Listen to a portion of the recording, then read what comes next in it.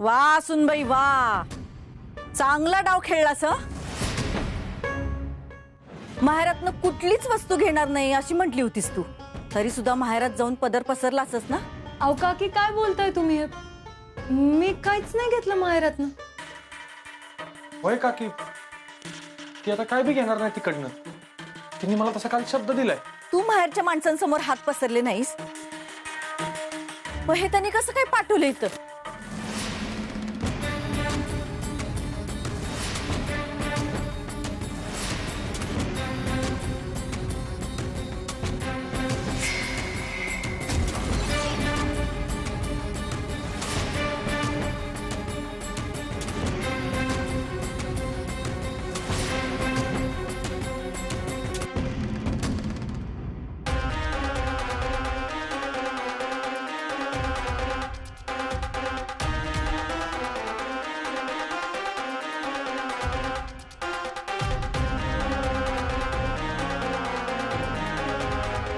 तो अडकत अडकत बोलणारा पोरगा घेऊन आलता. कोण? साठे? हा तोच तो, साठे का बिठे.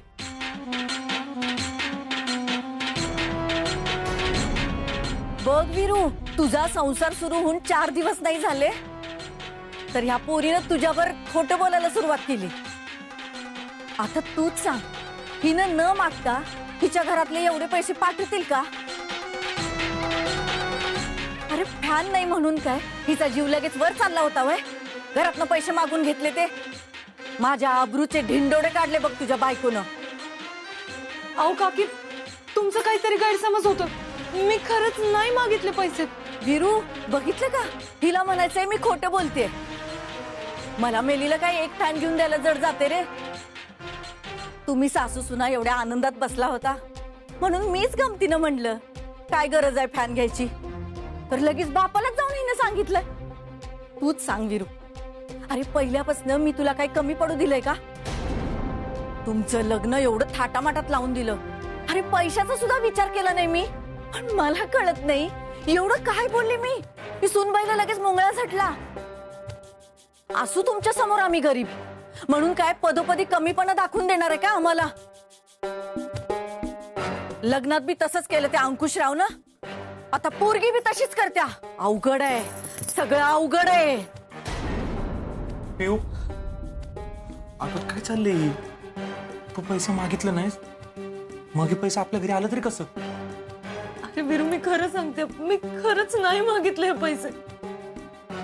पिऊ काय ते खरं सांग, तुला बी माहिती मला खोटं बोलायला अजिबात आवडत नाही. सुनबाई, अगं कशाला तिकडनं पैसे मागवलेस? तुला जर लागायचे होते तर कांचनला मागायचंच ना. ती काय नाही म्हणली असती वय? पप्पा आता तुम्हीच बघा, आपल्याकडे काही कमी आहे का? पण नाही, काय काय माणसांना सवयच असते ना माज दाखवायची. निशा सांग हिला, आपल्या लग्नाला एवढं दिवस झालं, तू कधी माहेरात नाही रुपया तरी आणला का ग? अजिबात नाही. पियू, काय गरज होती तुला तुझ्या माहेरातनं पैसे मागवायची? आणि तसं बी इथे एवढं काय कमी पडलं तुला की अशी वागायला लागलीस तू? अगं हिला दाखवून द्यायचं असेल हिच्या बापाकडे किती पैसा येतो. अहो काकी, मी खरंच सांगते, मी खरंच नाही मागितले हे पैसे. माझ्या मनात बी असलं काही नव्हतं. आणि डॅडींनी हे सगळं का केलं ना मला खरंच माहित नाही. तुझ्या नवऱ्याला कमीपणा दाखवायला केलंय. वीरूची लायकी काढली तुझ्या बापानं ही पैशाची भीक देऊन.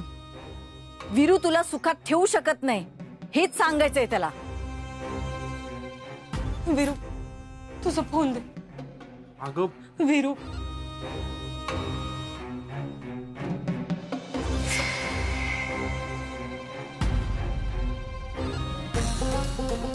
पिऊ,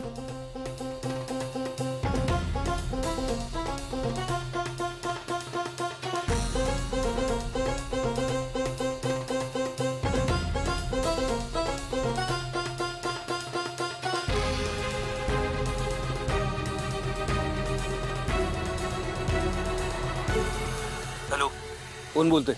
डॅडी तुम्ही समजता कोण स्वतःला? अहो तुम्हाला काय वाटलं, तुम्ही पैसा फेकला म्हणून आम्ही तुम्ही म्हणाल तसं वागू? डॅडी, तुम्ही पैसा फेकला म्हणून सगळं काही तुमच्या मनासारखं होईल ना, या भ्रमात नका राहू. त्या दिवशी बी मी आणि वीरू तुमच्या दारात आलो तर तुम्ही वीरूची किंमत पैशात केलीत आणि आज आज तर डायरेक्ट घरीच पैसे पाठवलेत तुम्ही. अहो का राजकारण करताय माझ्या संसाराशी? कसले पैसे? हे बघ, तुझा आणि माझा संबंध कधीच संपलाय आणि एकदा का एखादा विषय या अंकुशरावासाठी संपला तर तो कायमचा संपतो. आणि तसं बी एक फुटकी कवडी द्यावी एवढी लायकी नाही तुझी किंवा तुझ्या नवऱ्याची. लक्षात ठेव. वीरूची लायकी काय ना हे तुमच्यासारख्या सतत पैसा आणि प्रतिष्ठा याला चिकटून राहणाऱ्या माणसाला कधी कळणार बी नाही. हे एक गोष्ट नीट ध्यानात ठेवायची. तुमच्या पैशात विकत घेता येईल ना एवढं स्वस्त नाहीये माझं आणि वीरूचं प्रेम.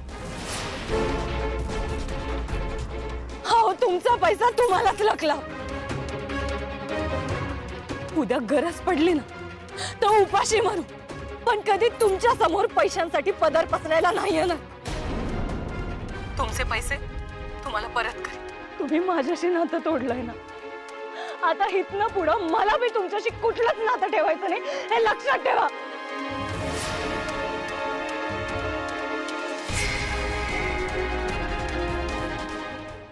माने, आम्ही कधी पैसे पाठवले तिला? जगदीशराव, तुम्ही तर पैसे दिले नाहीत ना? हावराडी काय बोलताय तुम्ही? जिने तुमची इज्जत घालवली तिच्याशी आम्ही कधीच संबंध ठेवणार नाही. आणि हा आत्ता आम्हाला तुमचा मान सन्मान सगळ्यात महत्वाचा आहे. त्याला आम्ही कधीच ठेच पोचू देणार नाही.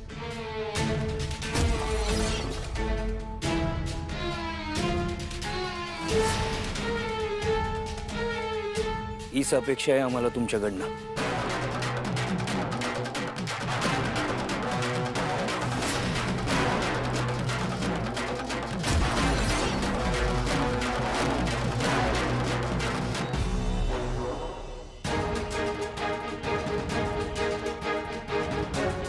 पिऊ शांत हो बाळा, लय रागराग करू नकस ग, तुलाच त्याचा लय त्रास होईल. सुनबाई, चुकलं आमचं. अगं आम्ही माहिती नीट न घेता तुला वाटेल तसं बोललो. कांचन, तू तर या प्रकरणाची संपूर्ण खातरजमा करायचीस, नाही तर सुनबाईला एवढा त्रास झालाच नसता. पोरी, अगं माझा तुझ्यावर विश्वास नाही असं नाहीये ग. तुला तर माहितीये तुझं लगीन झाल्यापासून तुझ्या घरचे रोज किती कुरापत्या करतात. तुला घरापासून लांब ठेवण्यासाठी रोज नवे नवे डाव खेळतात. माझं काय चुकलं असेल तर मला शिक्षा दे हवी तर, पण तुझ्या घरच्यांमुळे मला लय त्रास सहन करावा लागलाय. त्याच्यामुळे रागात माझा ताबा सुटला ग आणि तुला नाही नाही ते बोलले मी. मला माफ कर ग पोरी.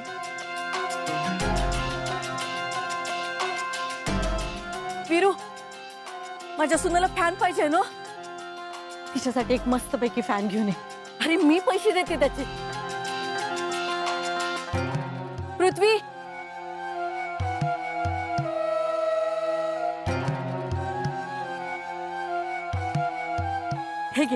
हे घे पैसे.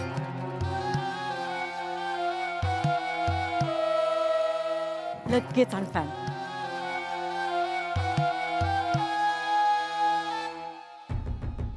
सुनबाई, शांत हो आता. हा, पृथ्वी चल रे.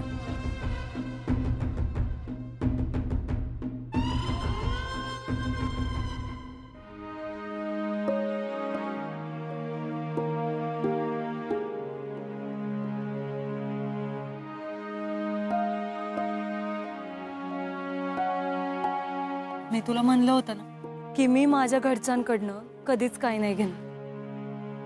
तो मी आजही पाळतीये आणि तो कायम पाळत राहील. आणि हो, हे पैसे बी परत करीन. पुरी समजा व्यवस्थित होईल. तू समजा डोक्यात काढून टाक. होय,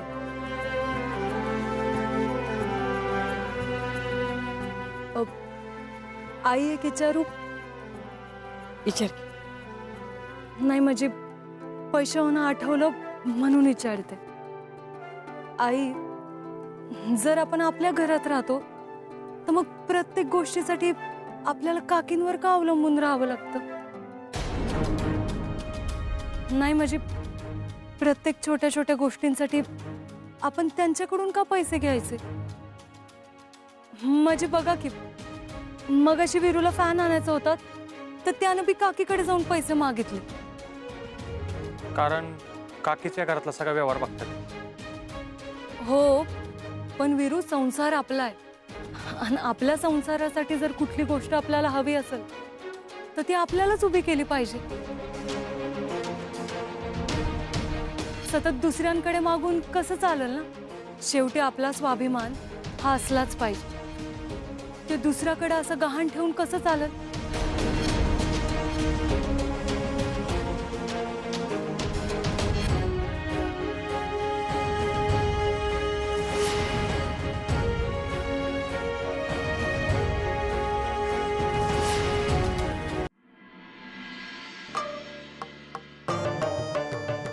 सुनबाई, दे की लवकर नाश्ता. वय काकी, झालंच बस.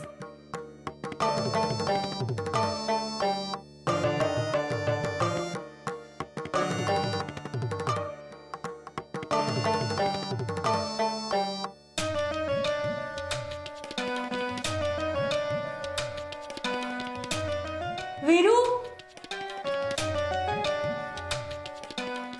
अरे ये की नाश्त्याला. आलो आलो.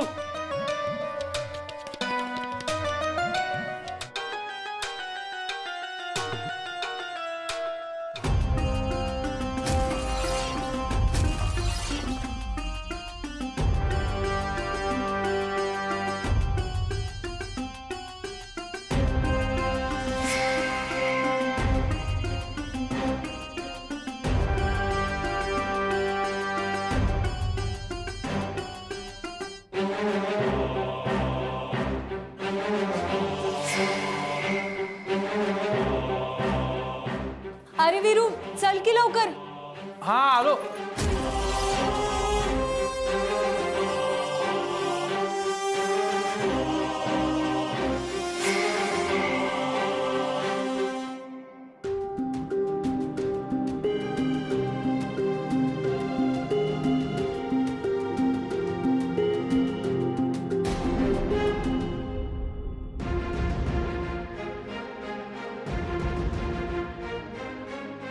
अरे हे तर खाली का बसला? वर बसून खा की.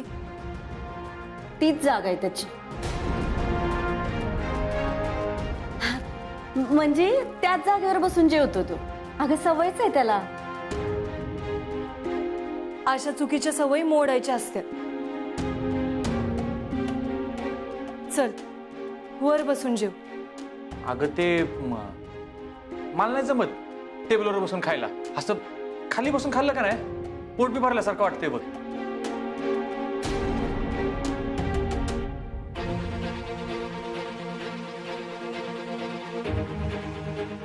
अगं मी बी खालीच बसणार. आता जिथं तुझी जागा तिथंच माझी जागा. वा सुनबाई, ह्याला म्हणतात प्रेम.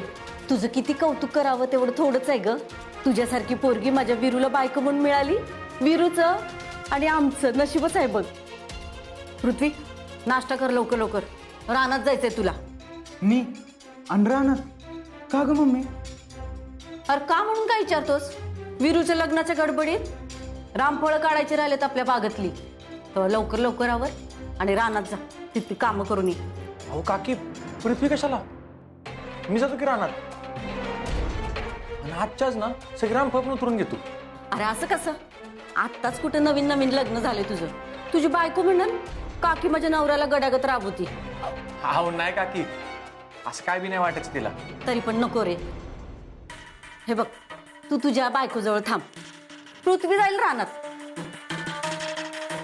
हा, त्याला आता उन्हाची सवय नाही आहे, पण असू दे. तू तिच्या जवळ थांब. तिला वेळ दे ना. नवीन नवीन लग्न झालंय का नाही तुझं? उगाच कशाला तुला त्रास?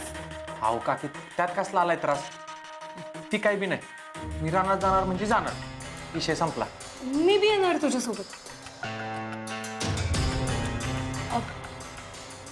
म्हणजे काकी म्हणलं तसं आपल्याला एकमेकांबरोबर येळ बी घालवता येईल आणि कामं बी होत्यात. अगं पोरी, खरं तुला ऊन सोसल का? नाही म्हणजे तुला उन्हाची सवय नसेल ना, म्हणून म्हणलं. काकी हाव करून घेईन मी सवय. आणि असं बी आता मी पाटलाची पोरगी नाही राहिले तर वीरूची बायको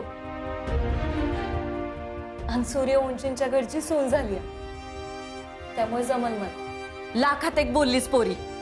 तुझी माझ्या वीरूला अशी खंबीर साथ असेल ना तर आज काय झाडाला रामफळ राहत नाहीत. जाओ जाओ दोघं बी जावा. जी काकी. पिऊ मी होतो पुढं, तू डबा घेऊन ये मागणं मग. ठीक आहे.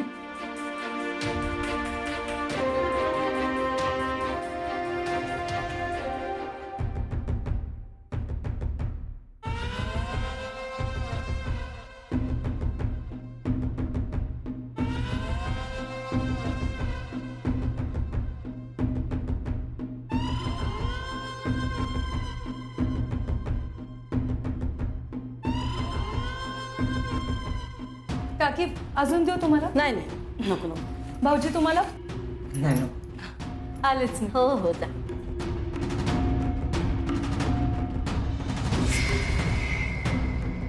मम्मी हे काय चाललं होतं तुझं?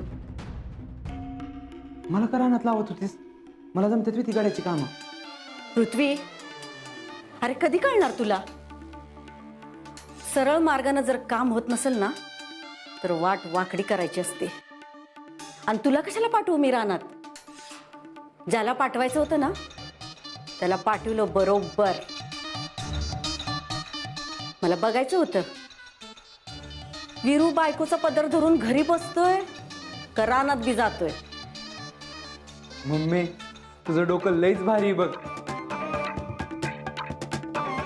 एकदम पद्धतशीर कामाला लावलंस त्याला. अरे त्याला कामाला लावून काय उपयोग आहे? वीरूला सवय आहे कामाची. सुनबाईला कामाला लावायचंय मला. आता बघच कसा घाणच फिरवते तिच्यावरनं.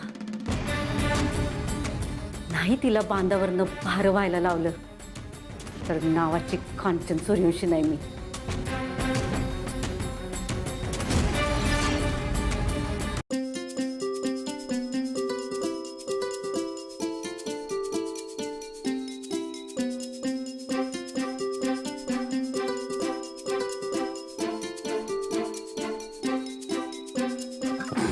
तिकडची 2-4 झाडं केली मोकळी. हा ती कवळी कवळी बारकी राहिली. ती राहू देत, ती नंतर काढते ती कवळी कवळी.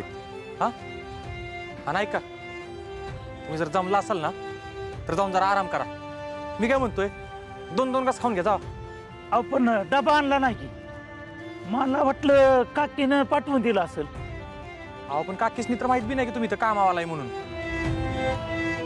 तर ठीक आहे, काय हरकत नाही.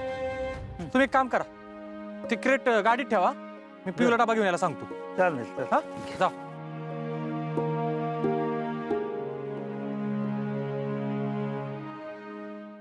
बोल की वीरू. काकी पिऊ आहे का हो तिकडं? थांब हं, बघते मी.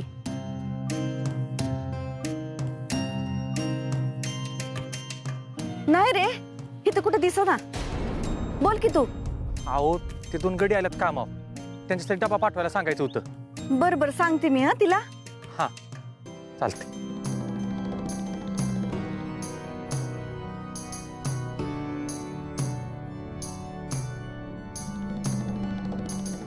काकी घेतला मी आमचा डबा. जाते आता रानात. वय वय जा जा. ते रामफळाची बाग कुठे? अगो बाई, तू नवी नवरी आहेस नाही का, तुला माहितच नसणार. नाही ना. तू थांब, मी पृथ्वीला पाठवून देते.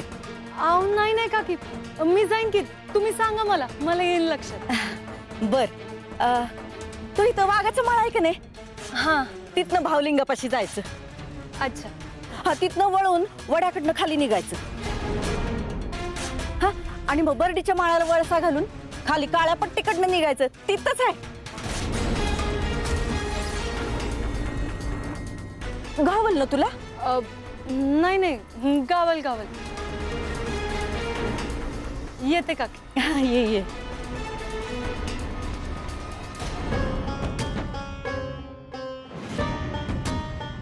मम्मी लईच डेंजरस ग तू. मधनं रस्ता असताना बी तिला लांबचा रस्ता सांगितलास. आता तिथं पोहोचेपर्यंत घायलाच येते बघ ती. पृथ्वी, त्याच्यासाठीच सगळा अट्टहास चाललाय माझा. आता कशी घाईकू तिला आणते बघ तिला. तिच्या बापानं माझं अध्यक्षपद घालवलंय ना, आता मी तिला स्वस्थ बसू देणार नाही.